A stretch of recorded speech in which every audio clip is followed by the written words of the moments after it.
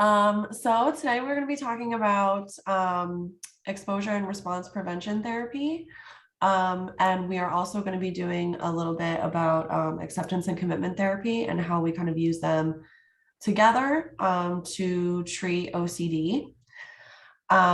So NFOA kind of developed the ERP manual, which we have here. Oh, sorry, you can't see because I blurred the background. There it is. And so that's kind of what we've been using. And she calls it exposure and response, or I'm sorry, exposure and ritual prevention. So throughout this like presentation, if I say the word ritual or whatever, like I feel like we kind of use them interchangeably. So yeah, NFOA uses the word ritual. So obsession, so OCD is obsessive compulsive disorder. So these obsessions, they're the thoughts, images, urges that, intrusive thoughts that enter your mind repeatedly, and they just don't align with who you are or your core values. And then in order to deal with these obsessions, we perform compulsions or rituals. And these are the behaviors used to reduce the distress and anxiety caused by the obsessions. Some examples are like reassurance, avoidance, checking, repeating, and a million others. And so the point of ERP is to expose the client to those obsessions and then prevent them from doing the compulsions. So there are two types of exposures. The first one is in vivo. So in vivo exposure is doing that exposure in real life. And so it's, it helps the client to confront that obsession and those obsessive thoughts. And then hopefully, we can prevent that compulsion. And then if we can't do in vivo exposure, we will do imaginal exposure. So that like is asking the client to imagine in detail the distressing thoughts or situations. So it's used to help the clients, just like in vivo exposure, you confront the consequences that you fear will occur if you don't perform the compulsion, and then you end up seeing that those consequences do not happen. Can I interject for a moment, Amy? Yeah.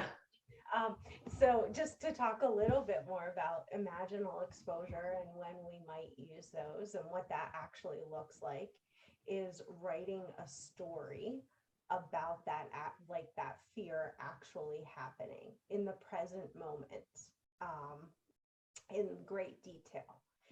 And so we do use those for a lot of fears that we can't actually do in real life, but we often use the imaginal exposure along with a real life exposure. So, for example, someone who might have like pedophile OCD, we might have them read a story about molesting a child while interacting with a child. Just wanted to give an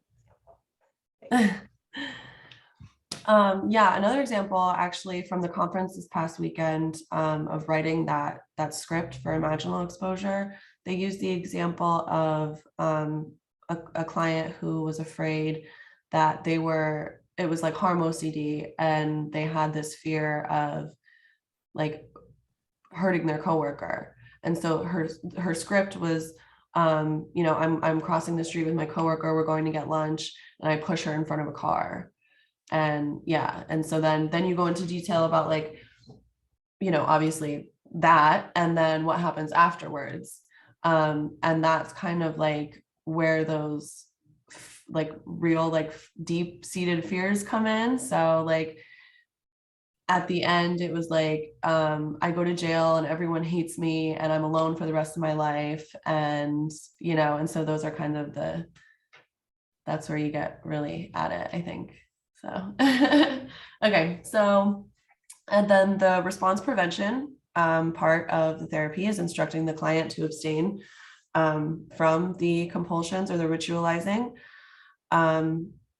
So, a person with OCD believes that these compulsions will prevent that feared disaster, or it will reduce the distress. So if you practice response prevention, the client learns that the anxiety and distress can decrease without ritualizing, and that the feared consequences, in fact, do not occur. The client also learns that they can tolerate the anxiety and distress more and more. That comes with, not performing those compulsions. Do you have anything to add for prevention? I think you're doing great. I think definitely in this treatment protocol, the response prevention or ritual prevention, as NFL calls it, we really work towards eliminating all compulsive behavior, but we slowly work towards reducing that as we start doing exposure work. Yeah, I don't think I'm saying anything that you haven't said. So, Okay. So the primary goal of exposure and response prevention therapy is for the client to learn either through habituation or inhibitory learning, which we will discuss, that they can tolerate the distress and they learn new things about themselves and who they are and their core values. So habituation was like the original kind of goal for ERP. And so it's that natural drop in anxiety when you keep exposing yourself and preventing your compulsions. So, you do it over and over again and you become habituated to it.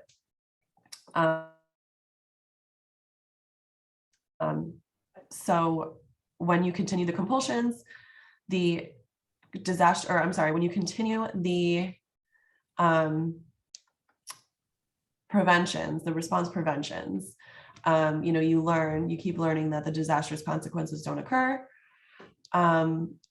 So yeah, we have thought that habituation was, the end all be all for ERP, but now we're talking more about inhibitory learning, which is more of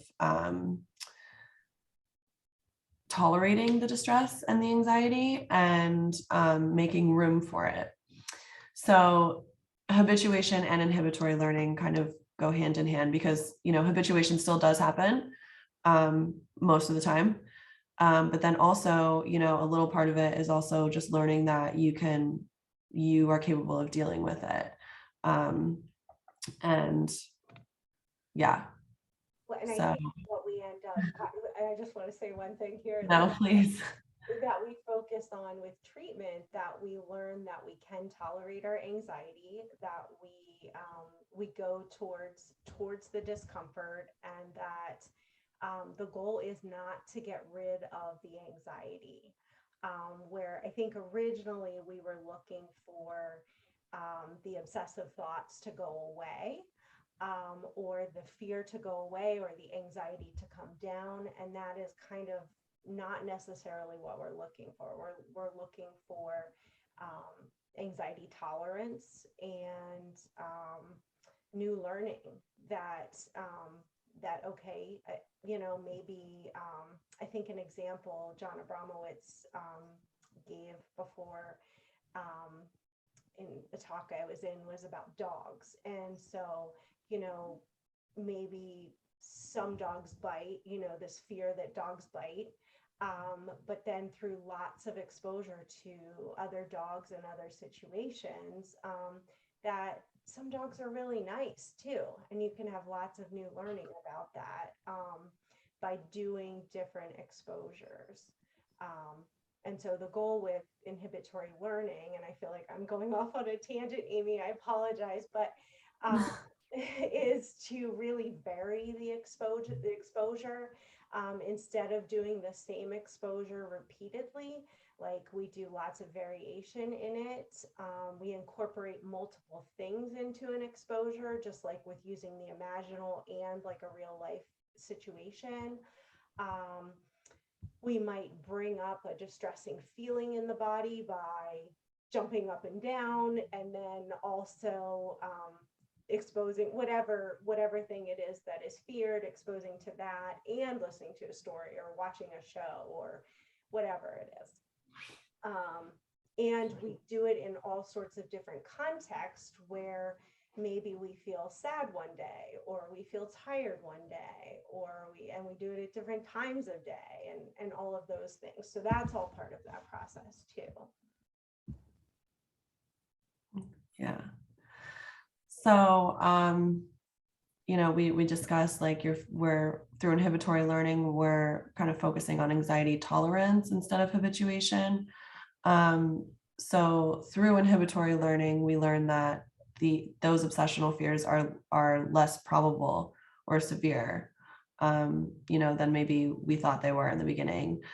We learn that we can tolerate our anxiety and our thoughts, and that those compulsive rituals are not necessary for safety. So rather than aiming for the decline of anxiety during exposure, the inhibitory learning approach teaches people how to be open-minded toward experiencing anxiety and feelings of fear. And then, another part of inhibitory learning is the disconfirming expectations. So, that's just, you expect these terrible things to happen if you don't perform your compulsions, and then, you're forced to prevent yourself from doing that, and then you learn over and over again that those consequences don't happen. And then there's this other aspect of inhibitory learning where it's a pleasant surprise. So when we're surprised by the outcome of an exposure session, it tends to stick in our minds. So we try to set up exposures so that people are pleasantly surprised by the non-occurrence of their feared outcomes.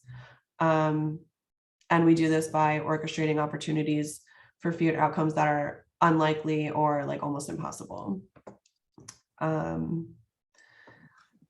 Yeah. So now we're going to go through the sessions. So ERP usually consists of 15 to 20 sessions. It's usually once a week. Some therapists do twice a week. Sessions can be 90 minutes long. So yeah, I mean, we're going to go through the sessions. So, so session one is usually, just the therapist collecting information, building a rapport with the client, discussing OCD symptoms and history, like overall mental health history, family history. And then we also provide some psychoeducation about OCD and ERP. And that part is really important. Like even in that conference that I was at last week and reading through this manual, educating the client on exposure and response prevention therapy is so important. Because it provides the client with the confidence that they're looking for. It empowers them. And it's like motivating, because sometimes ERP can seem a little bit scary. So, discussing like the rationale behind it is really important. And then session two, the information gathering continues. And with that, we form a treatment plan. So also in session two, we create the hierarchy of obsessions and their accompanying compulsions. And we use the SUD scale to generate that hierarchy. And SUD stands for subjective units of distress. So yeah, it's just like what obsessions and compulsions give you, the most anxiety, the least anxiety. And then we kind of also do like reference points throughout that scale. And then session 3 through 8 is really the exposure and ritual prevention. And that's practiced at every session. And we also, assign the client homework in between sessions to do self-exposure. So usually the therapist will go use the hierarchy that they created with the client, going from easiest to increasingly difficult exposures throughout like these few sessions. And hopefully by session 8, we're at the highest item on the hierarchy. So the most difficult exposure. This is also where the scripts for imaginal exposures are created when we need to, when we can't do in vivo. The therapist will give clients instructions on administering self-exposure at home. And that's really important because, we're only here once a week for 90 minutes together. And so it's, that self-exposure is so important. And then at this point too, we might be doing home visits. But with telehealth now, it's one of the good things that came from COVID is that we all know we're all a little bit better at using technology. And we found this very helpful and convenient way to interact with each other. And it's really helpful during exposure therapy. And it just makes it a lot easier for the therapist and the client. I was going to say, may I add something before? Yes. I just wanted to say about the use of the hierarchy and how that's developed. I know something I do is I often have the client, along with their family or spouse, create that at home and bring it in. So it's basically a list of their obsessions with all of the compulsions they do in response to that. We then rate it using the SUD scale, just to kind of see where they're at.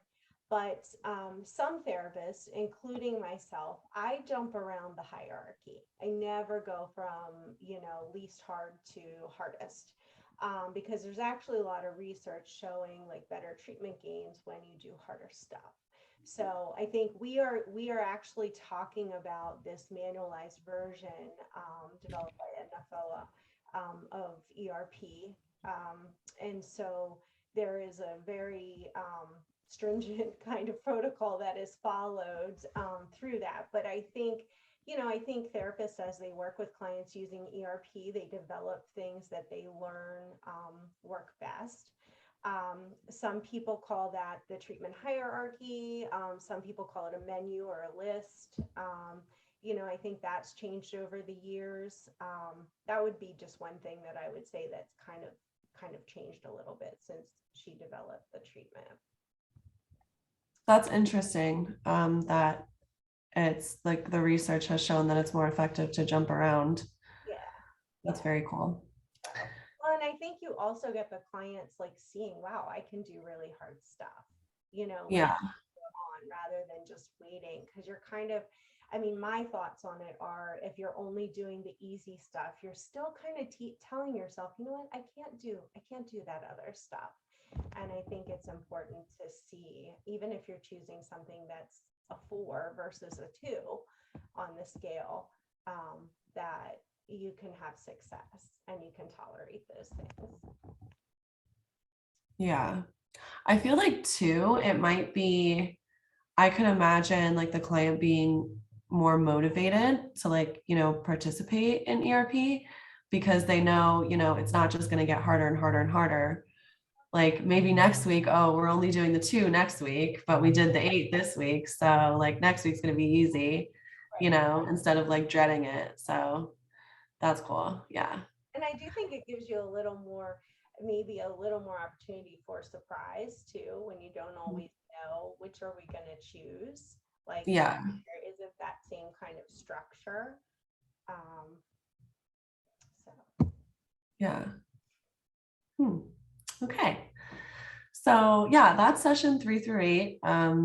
Usually, sometimes it's different. Like obviously we said 15 to 20 sessions. So then the manualized version, sessions 9 through 16, is again repeating the exposure and prevention. And this is where, sorry, excuse me. This is where we would also maybe take a look at the hierarchy and see if there's anything that we'd like to add, or anything new that like we've learned about ourselves like throughout this time. And we can introduce new stimuli to the hierarchy, and kind of work on that as well. So then the final session is the evaluation of clients' progress, and re-administer the Y-box scale. And then we do preparation for the client returning to life after, this intensive treatment. And with that, we definitely have to discuss strategies to prevent relapse. Because that's a big change. You're seeing somebody twice a week for 90 minutes each, and you have this like huge support in this intensive treatment. And then, it's over. So we definitely want to prepare the client for that as much as possible. I'd like to say something about that. I do just want to say that is based on the original treatment model, that it was over like 17 weeks of twice weekly sessions of 90 minutes, but most people do not actually do that for their treatment. Most people are doing once a week, 60-minute sessions. It really just depends. And the treatment still is very effective, even doing that. So I don't want people out there thinking, oh my gosh, I have to commit to 2 sessions a week. Yeah. I mean, that's just how the original protocol was done. Yeah. And so if I might add in, things that we start to talk about as you're completing treatment and you're getting better, you're having less obsessive thoughts, you're doing less, hopefully no compulsions. We start to decrease the amount per week that you are doing exposure work. So we kind of like wean out that. So we might start going to every other day that you're doing exposures instead of daily exposures at home. And then we start like, okay, what if you did exposures just once a week? And so I kind of mess around with that at first as someone is getting ready to complete treatment. And then we talk about, ERP as kind of a lifestyle. And, when something new shows up, making sure you do an exposure right away. If things start to show up more frequently, that might be a time to revisit your therapist. So those are some of the relapse kind of things. I know like sometimes therapists will schedule like just like a quick phone call or something like a month out. Is that something that you do? Like, do you schedule those appointments? Yeah. So, I mean, I will sometimes at first, like clients, and this might be frowned upon in the field, but so at first I might go to like once monthly sessions, for check-ins. Sometimes then we'll go out a little bit further. And then at a certain point,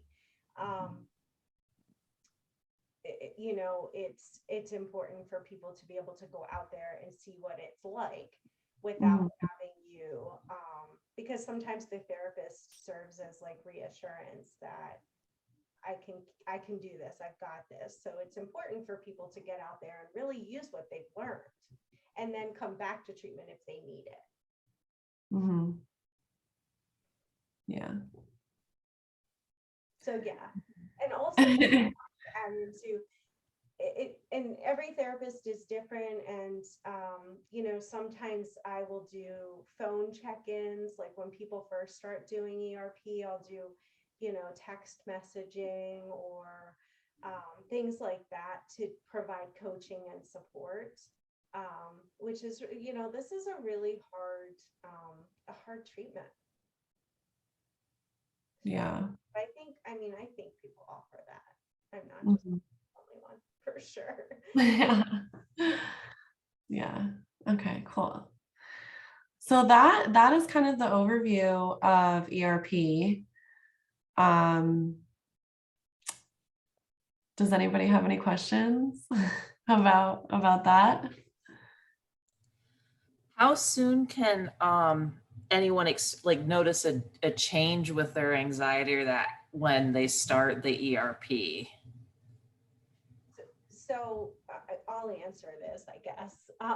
So I often have people tell me that, so one of the things I start off treatment with is talking to people about the reassurance seeking and all the reassurance that they get in different ways. And sometimes people will come back to a session after that, after stopping that, and tell me that they notice a significant difference in their life just from that. And I am not saying that that is, the end of treatment at all, but so even just that could make a big difference, in someone's life. I always tell people, if you are doing treatment and you're doing what I'm telling you and you're actually following through, really after, like, I hate to put a number out there, but I would say like maybe like six to 8 sessions.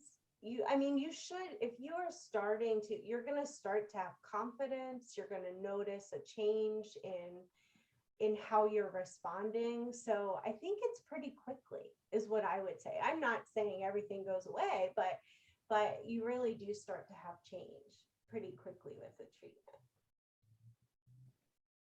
But I always tell people, you have to be willing to suffer to first, because it is going to get worse before it gets better, because the treatment is really confronting your distress and having the distress. So.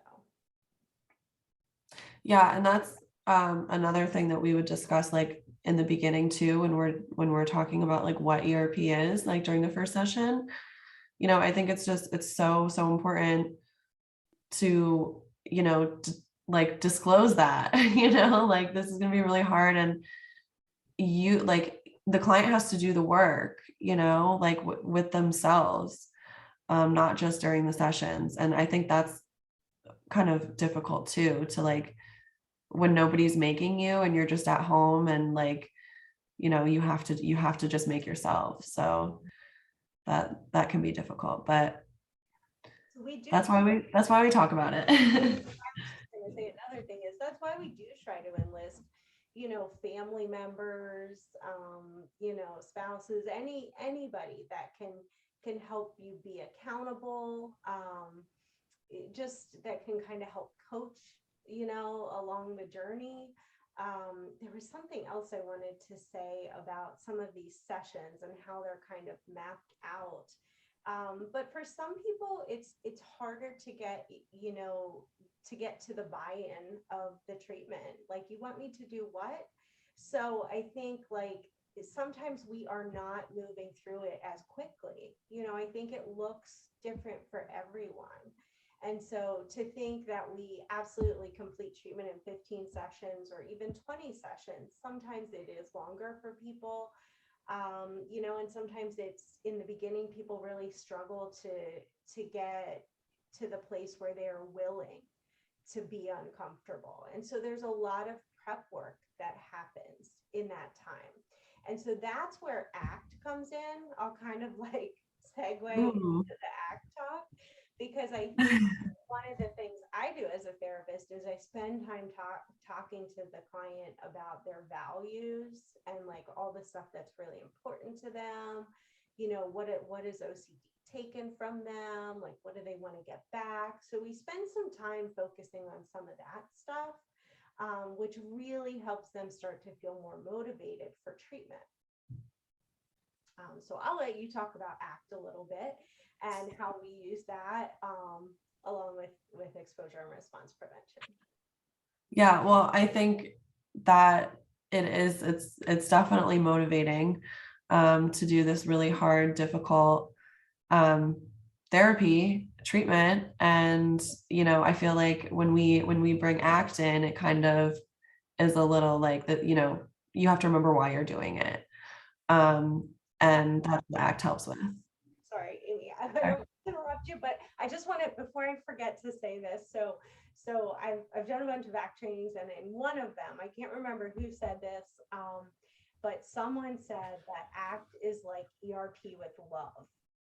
So I kind of view it as like this gentle, like this more gentle approach to ERP, because it is exposure in its own way, but it's just different.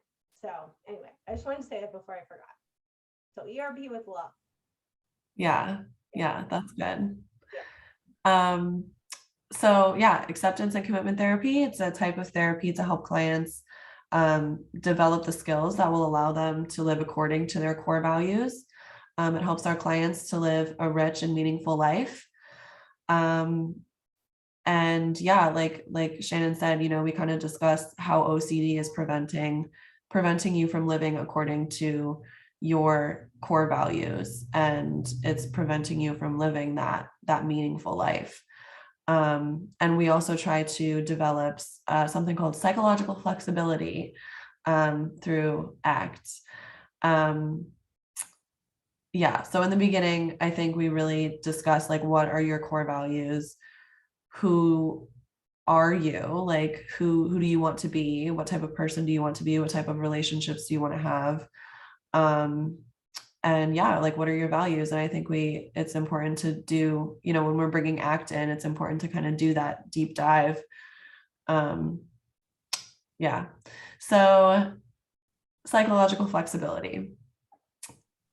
Okay. So in ACT, ACT is a very like abstract thing. So here I'm gonna try to do this. So unwanted emotional experiences like anxiety, distress, fear, we all experience those things. We all experience those emotions. It's inevitable in all of our lives. And so to work to try to eliminate those feelings, it's frustrating and it's not going to work. And then you feel like a failure because you are still having these anxieties and you still have these fears and they're not gone. And so the client will tend to feel like there's something wrong with me. I can't do this. But really it's just anxiety and fear and distress are normal parts they're a normal part of the human experience. So this is why we want to develop psychological flexibility so that we can make room for these experiences instead of trying to eliminate them, which doesn't work, not possible. So there's the bug bite example. Shannon, would you like to do the bug bite example? I could do the bug bite example. I just want to add in one little point about what is psychological flexibility, which I do think ACT is this complex thing. It's taken me a long time to understand it, and I don't know if I do still. But there is this hexaflex thing, which we don't even have to go into. But if you explore ACT, you will see this. And psychological flexibility involves these parts that are part of this hexaflex. And are you pulling it up, Amy? And you could like put it on like whiteboard or something or share screen. And so it's our ability to make contact with the present moment, the use of cognitive diffusion, acceptance, and then like an awareness of self, values, and committed action. So those are all of these parts. Okay. And without us doing like a giant talk on ACT today, I just felt like it was important to at least mention all of those. Today, we're mostly going to talk about the parts of ACT that we use with ERP in our practice. Yeah. So the bug bite. Amy said, did I want to go over the bug bite example? Wait, hold on. I can share. Let me just share my screen really quickly so that, you disabled the screen sharing, but I have the hexaflex up. I'll send it. Here we go. I'll just send it in the group and you can look at it. It's intimidating to look at, but it is intimidating to look at. It is. There's lots of lines and lots of craziness and yeah, but and I don't know if I actually did that or if it's how this was set. I will.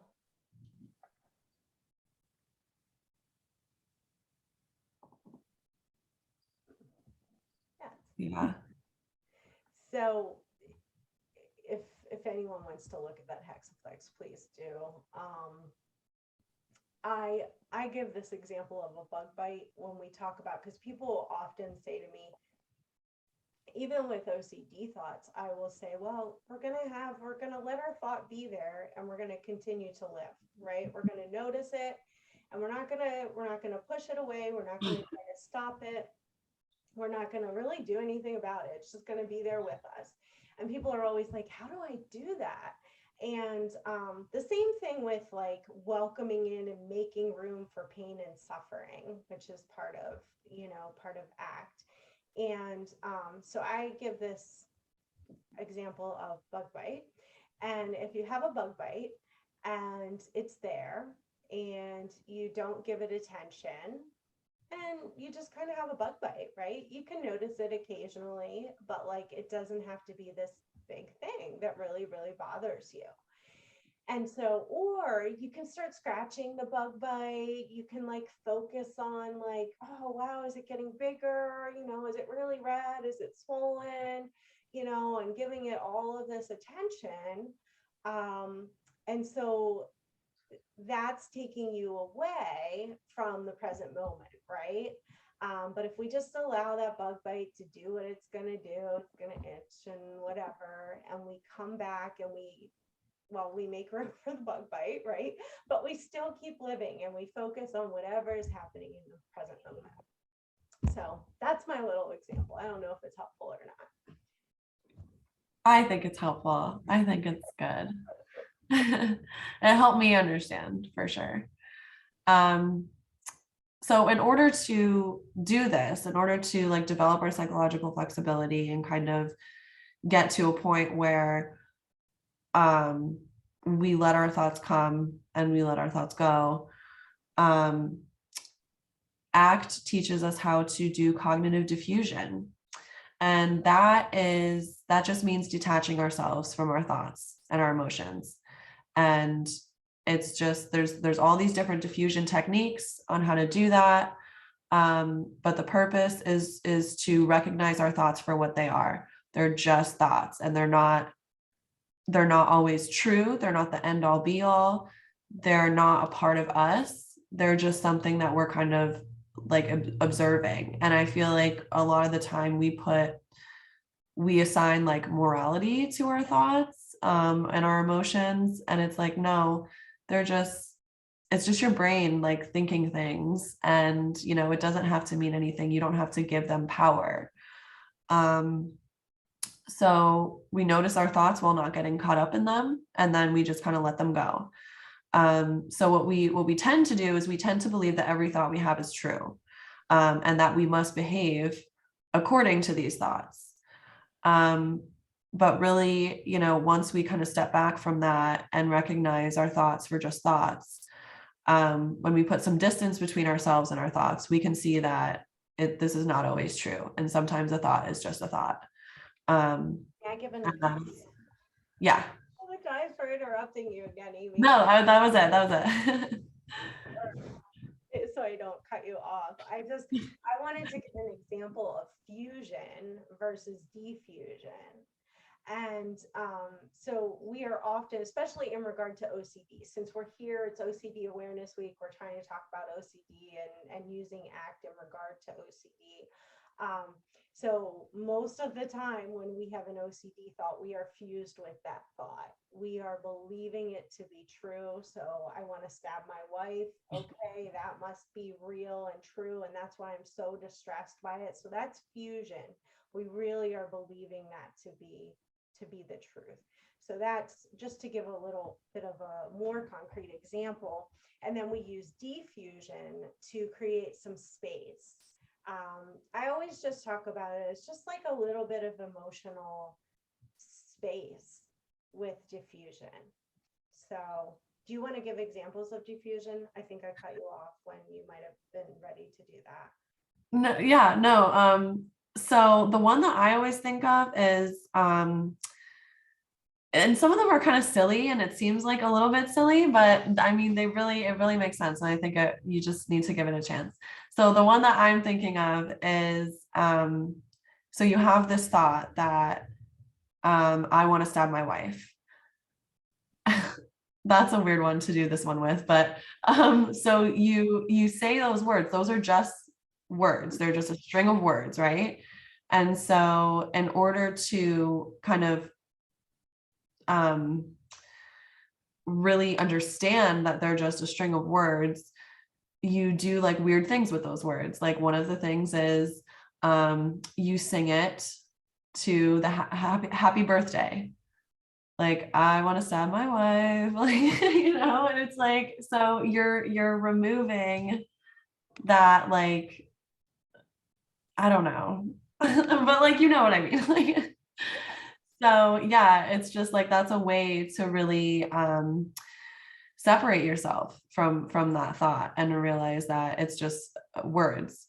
And then, there's another one where instead of just having the thought, like, I want to stab my wife, you kind of put some distance between you and that by saying, like, I'm noticing that I'm having the thought that I want to stab my wife. And so, yeah, that's just putting a few layers in between you and that thought.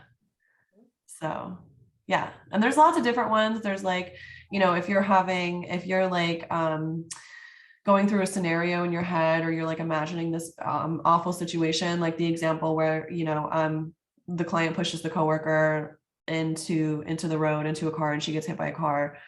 If you just imagine that scenario is playing out like on a TV, you're watching it happen on a TV. It's really just putting that separation in. And that's kind of the goal of cognitive diffusion. I was going to say, and you could make it a Western in your mind, or, Yeah. A cartoon, or, a horror film, or whatever. Yeah. Yeah. So like I said, some of them, they are kind of silly at face value, but they really do work, I think. And there's some really great examples of cognitive diffusion in The Happiness Trap. That is like, that book just blew my mind. So definitely recommend. And it's so amazing it really helps you understand like acceptance and commitment therapy, this abstract thing.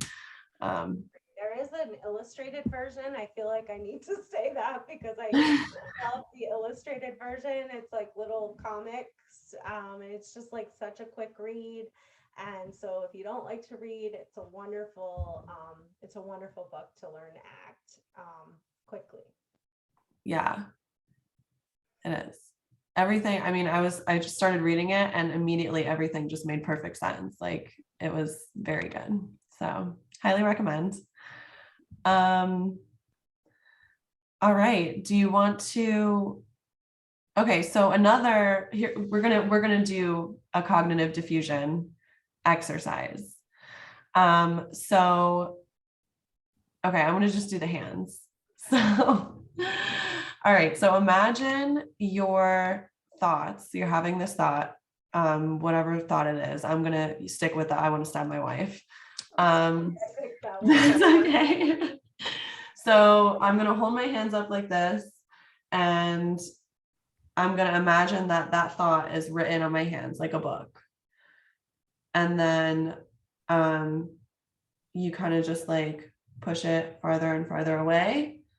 And now it's like it's blocking your view, like, of all the things behind it that are, imagine like it's right here, and all the things behind it, all the things in your background, or all the things that are important to you, your values, your relationship, your family, your friends.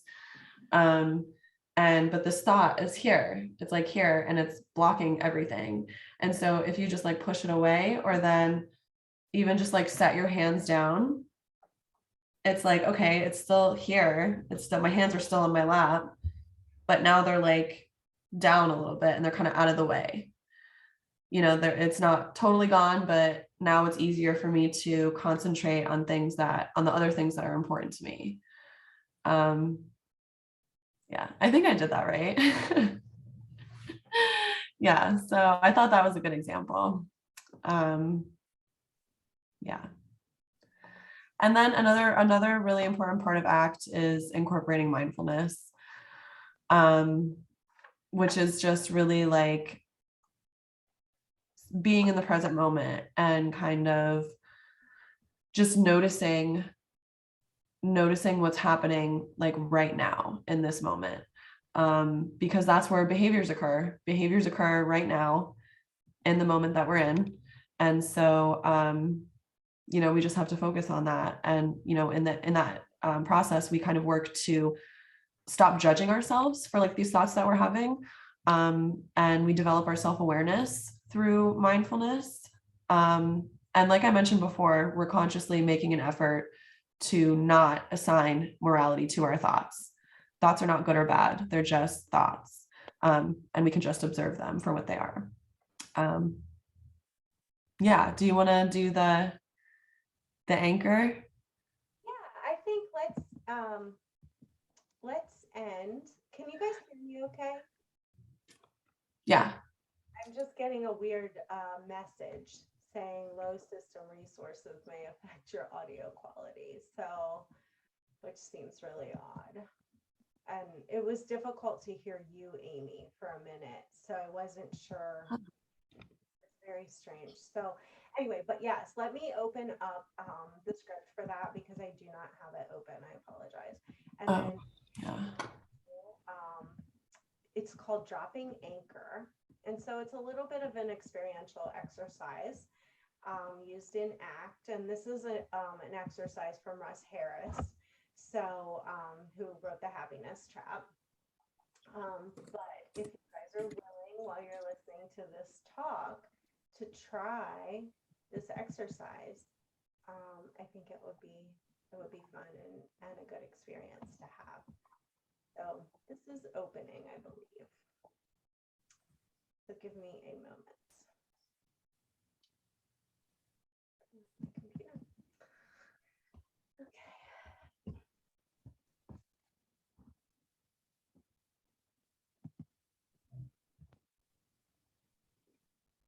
And this is also a good one for developing that mindfulness and being in the present moment and kind of noticing everything going on with you and being self-aware.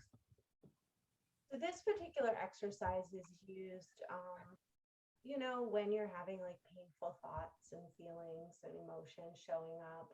And so let's just try to imagine that maybe there is something painful going on or emotional happening for you. So if you're willing, while you're here or on your own, if you listen to this as a recording, you might close your eyes to do this exercise. And so I notice that there's a lot of emotional pain showing up for you right now. And I can see how much you're struggling with it, how difficult it is. And I really want to help you handle it. And so please, would you follow my instructions? You don't need to say anything, but you can speak if you want to. So first, take a moment to acknowledge that there are difficult thoughts and feelings showing up for you right now. And at the same time, see if you can push your feet hard into the floor. And push them down. And that's it. Feel the floor beneath your feet. And now sit forward in your chair and straighten your back. Feel the chair beneath you and notice your back supporting you. And now slowly press your fingertips together as you do that. And gently move your elbows and your shoulders.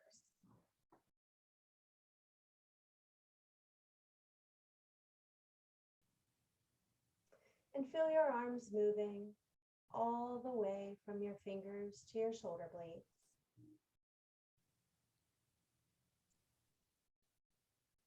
And take a moment to acknowledge there's a lot of pain here and that you are struggling with. And that you didn't ask for it, but it's here. And it's challenging and it's difficult. And you want it to go away, and yet it's not going.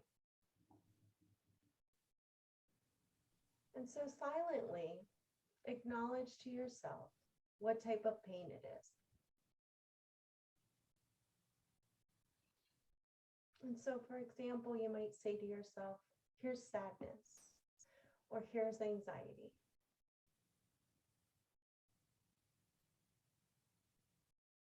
And now notice that there are painful thoughts and feelings here. And there's also a body all around that pain, holding it, containing it. And it's a body that you can move and control. And so straighten your back again. And notice your whole body now. Your hands, feet, arms, and legs. And gently move them. Feel them moving. Maybe have a good stretch. And notice your muscles stretching. And press your feet down and feel the floor again. And now also, take a look around the room you're in.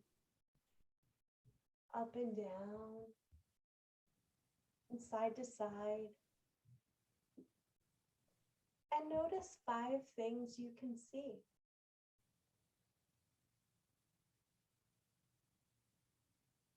And also notice 3 or 4 things you can hear. Sounds coming from me, or you, or the room around you. And also notice you and me working here together as a team. All of us here together. And so notice there are some difficult thoughts and feelings here that you are struggling with. And at the same time, if you can also notice your body in your chair and gently move that body, have a stretch again. Let's take control of your arms and your legs. And also notice the room around you again. And notice you and me here working together as a team.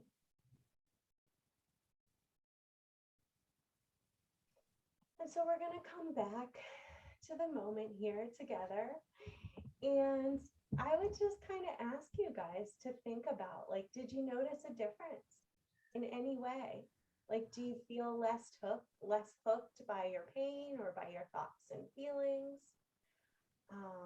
Is it easier to engage in this dialogue and what I'm saying? Do you feel like you have more control over your actions? Just kind of noticing all of that. And so, again, that was called Dropping Anchor from Russ Harris. And I believe he might even have a recording of it out there somewhere if you wanted to look that up. But I don't know if there's anything else, Amy, that you want to add, because I would actually like to open up for discussion in case there's anything anybody wants to say, but I want to stop recording before we do that. Okay. So I also was talking about another mindfulness exercise, but I think with us just having done that one, I think that's fine unless you want to do something more. No, that was good. That's like, I needed that. I feel like, yeah, I feel like doing that, it's like you said, I feel like a little bit more open, like, and I feel like if I was in a therapy session right now, it would be easier now for me to talk about like what I want to talk about or like describe how I'm feeling. I think sometimes it's a good way to come into a session and start a session and kind of ground people. Mhm. Yeah. Yeah. So do we want to say anything in closing about treatments? And then we'll stop the recording.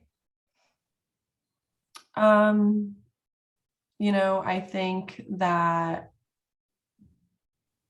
it's just if you're coming into ERP, it must be because you're ready for it.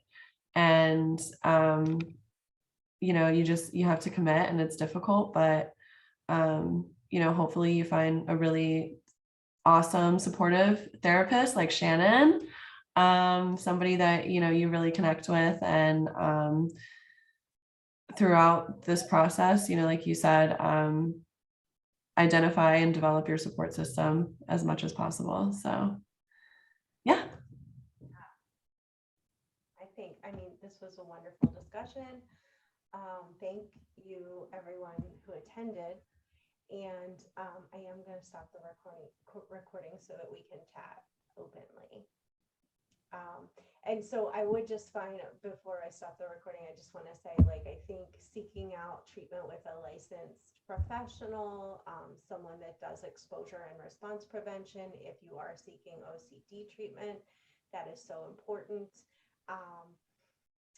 And I guess that's all. But just making sure, I think even if you reach out to somebody who says they do CBT or something, or just because they say they treat OCD does not necessarily mean that they actually treat OCD in the best, most evidence-based practices. So I think ask a lot of questions. And I know the International OCD Foundation even has a list of questions on their site that they recommend that you ask therapists that you are looking at for treatment. So I think that's also a great resource out there. So, okay. Thank you.